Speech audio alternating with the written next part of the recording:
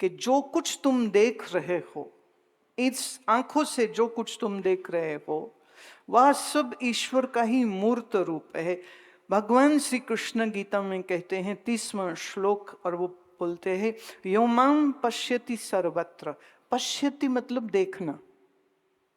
यो मां पश्यति सर्वत्र, सब जगह जो कुछ तुम देख रहे हो, सर्वं च मयि पश्यति, इस सब में तुम मुझको ही देखो, इन सब में तुम मुझको ही देखो। तस्याहम न प्रणश्यामि सच में न प्रणश्यति, और जो ऐसा जानता है, न मैं उससे कभी अलग हूं और न वो मुझसे कभी अलग हो सकता है। वाणी में गुरुदेव कहते हैं हर हर जन दो एक हैं, बिब विचार कछु नाहीं, जलते उपजे तरंग ज्यों जल ही बिखे समाहे। जल की तरंग जल में उत्पन्न होती है और जल की तरंग जल में लीन होती है, पर जब ये तरंग होती है तब भी तरंग जल होती है, तरंग जल से अलग नहीं होती।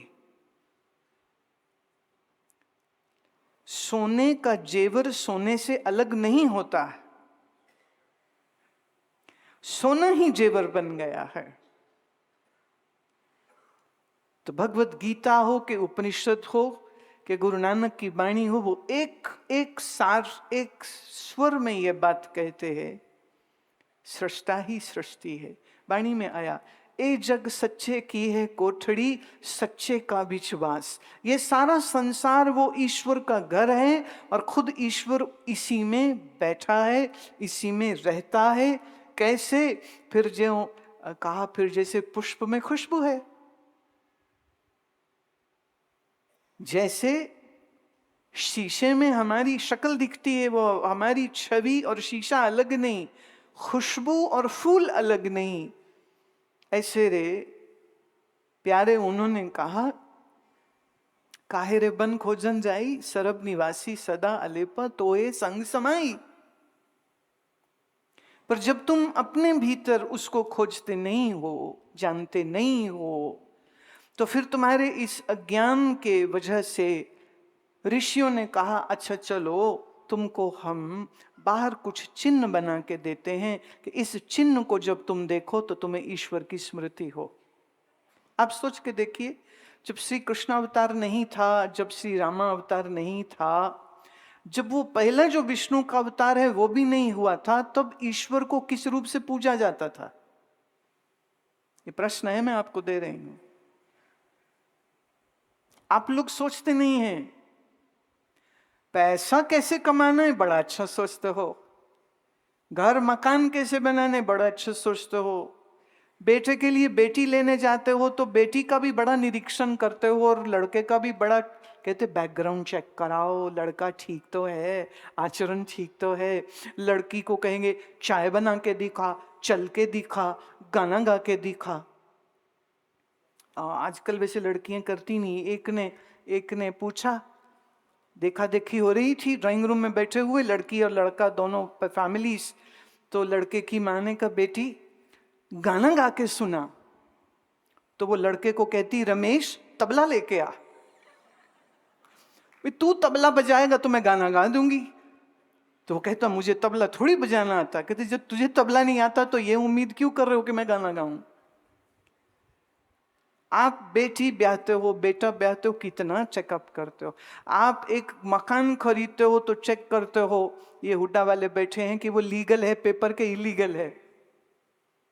कभी कभी एक ही जमीन 4 लोगों को बिक जाती है, चारों जाट लठ लेके आ जाते, वो कहता मेरी, वो कहता मेरी। अब हुड्डा का एडमिनिस्ट्रेटर क्या करेगा? वो भी क्या करेगा? फिर उसके लिए फिर वकीलों की फौज खड़ी हो जाती है। आज बहुत सारे वकील भी आए हैं, फिर वकीलों की आमदनी अच्छी हो जाती है, दोनों सिर फाड़ो, हमारी तो दुकान अच्छी चल गई। जमीन खरीदते हो तो उसका आप टाइटल देखते हो वो क्लियर है या नहीं, जिससे खरीद रहे हो उसने कोई बैंक लोन तो नहीं किया, कोई डिफॉल्टर तो नहीं है, कहीं 4 लोगों को बेच तो नहीं रखी है। सब तरफ से देखभाल करने के बाद फिर तुम एक जमीन का टुकड़ा खरीदते हो। काश आप इतनी सोच विचार कभी ईश्वर के बारे में करो। आप सब मुझे बहुत प्रिय हो, मेरे अपने हो, इसीलिए मैं बिल्कुल बेबाक होके और बिल्कुल खुल्लम खुल्ला बोल रही हूँ। बुरा मत मानना, आप हमारे हो और हम आपके हैं। अगर मैं आपसे सच नहीं बोलूंगी तो बताओ कौन बोलेगा। और मैं सच इसलिए भी बोल सकती हूँ क्योंकि मैं गुड़गांव में पैसे इकट्ठे करने नहीं आई हूँ, आपसे चंदा मांगने नहीं आई हूँ। मुझे आपसे कोई डोनेशन नहीं चाहिए।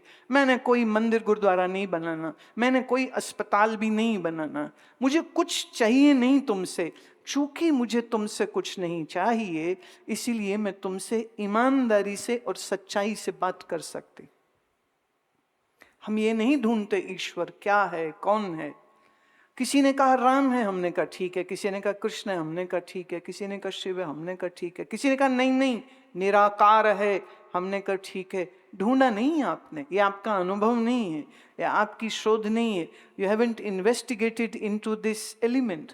इसीलिए बहुत लोग कहते हैं देखो जी, एक ने कहा चलो बहन जी सत्संग है, गुरु माँ का सुनने चलते हैं।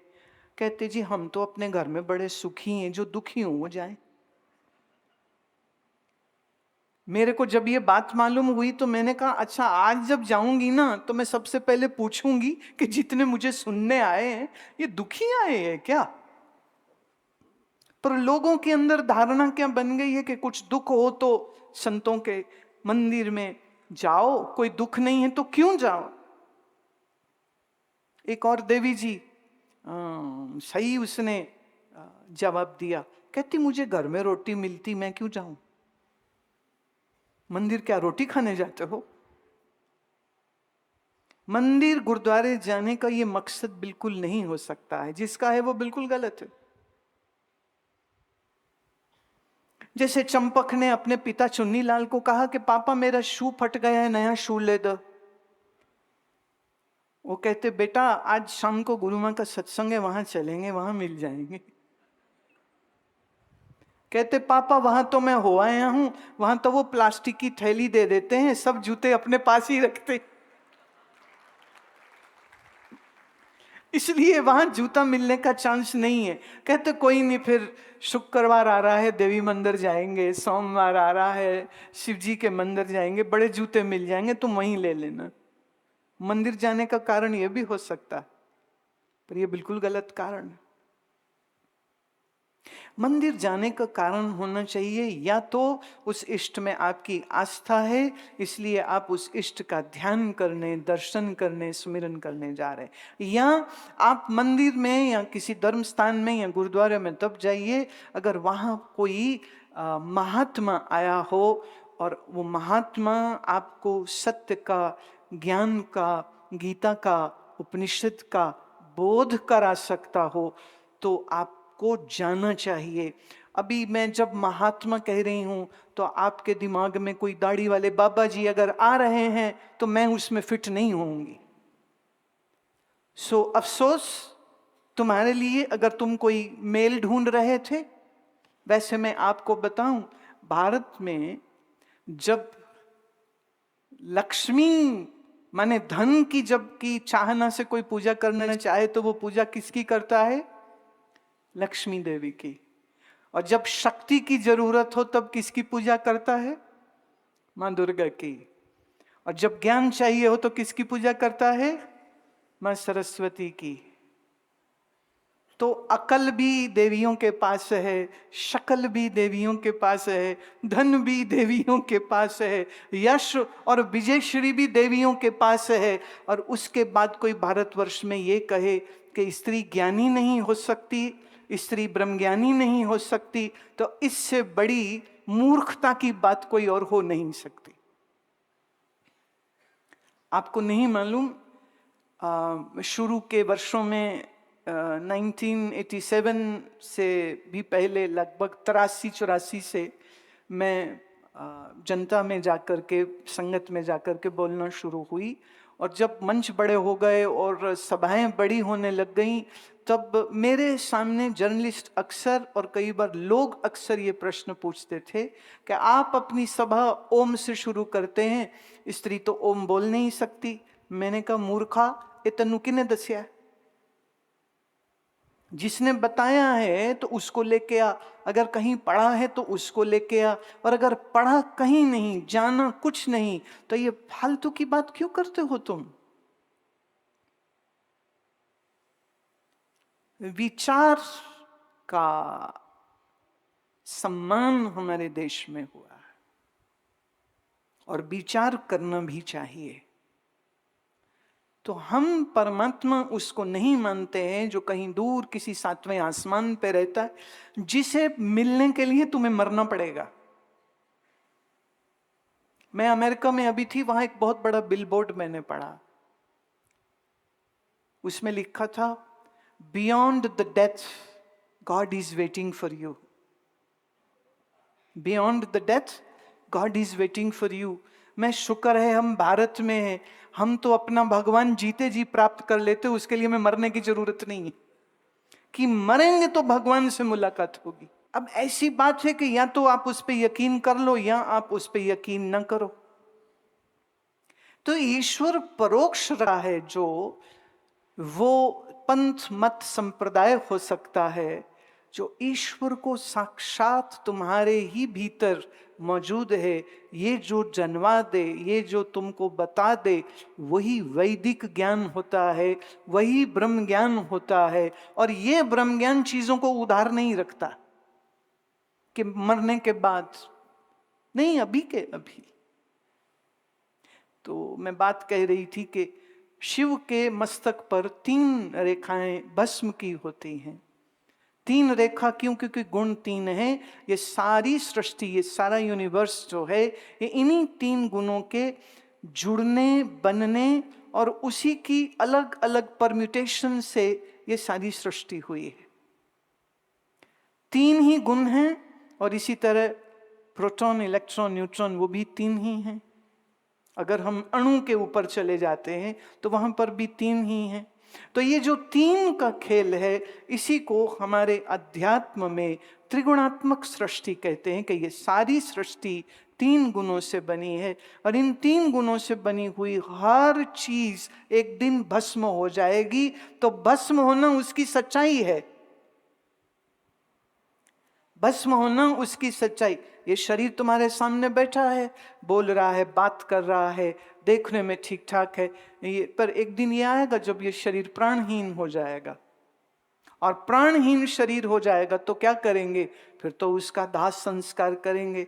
और दाह संस्कार की बात आती है तो मैं एक बात बहुत ज़रूरी आज कहना चाहती हूँ, और वो ये है कि हर शहर में, हर टाउन में इलेक्ट्रिक क्रेमेटोरियम होना चाहिए। बिजली का शव दाह ग्रह होना चाहिए, नहीं तो मरने वाला हर एक मुर्दा अपने साथ एक पेड़ को मार के जाता है। एक पूरा पेड़ लगता है एक मुर्दे को जलाने के लिए। अगर रोज के 20 भी, किसी भी 20 तो मैं बड़ा कम आंकड़ा कह रही हूं, तो 20, 30, 50 जितने भी मनुष्य अगर मर रहे हैं, तो जानिए कहीं किसी जंगल, कहीं किसी स्थान पर वो 50 पेड़ कट रहे हैं। और जब यूं 50-50 पेड़ सब जगह कटते रहेंगे, तो आप देख ही रहे हैं इस समय हम सब लोग गैस चेंबर में बैठे हुए, सांस लेनी मुश्किल हो गई है। तो थोड़ा सा इस चीज के ऊपर गौर करने की जरूरत है। जहां पर भी इलेक्ट्रिक क्रेमेटोरियम नहीं है, मैं इस मंच से ये प्रार्थना एडमिनिस्ट्रेशन को, पॉलिटिकल पार्टीज को, स्टेट की, सेंटर की जो है, मैं उनसे निवेदन करती हूँ कि भारत को अब इलेक्ट्रिक क्रेमेटोरियम की आवश्यकता है। अगर हमें पर्यावरण को बचाना है, अगर प्रदूषण से बचना है, तो हमको इस विषय पर बहुत अच्छे से सोचना पड़े। कई लोग कहते हैं, लो जी वो जो लकड़ी वाली चिता में जब जाएगा ना तो फिर वो सीधे स्वर्गानु जाएगा। मैं किन्ने क्या, किसने बोला ये कि वो सीधे स्वर्ग में जाएगा और इलेक्ट्रिक क्रेमेटोरियम में जाएगा तो नर्क में जाएगा?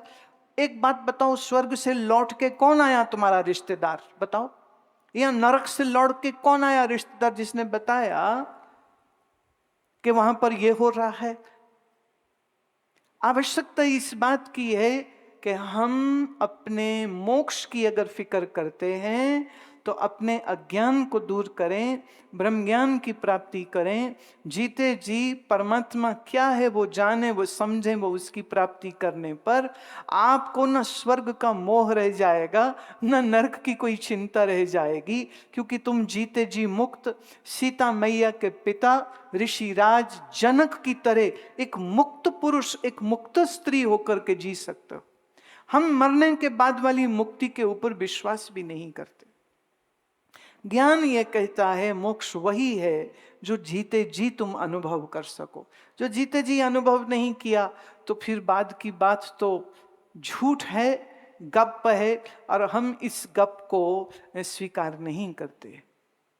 अब मैं आती हूं इस विषय पर कि आपका मन जो इतना चिंता करता रहता है, इतना चिंता करता रहता है, उसके पीछे एक बहुत बड़ा कारण यह भी है कि हमें ईश्वर की जात पर भरोसा नहीं, ईश्वर को हमने खोजा नहीं, ईश्वर से हमारा प्रेम नहीं, ईश्वर से मन का संबंध जोड़ा नहीं, और मैं करते रहते हैं।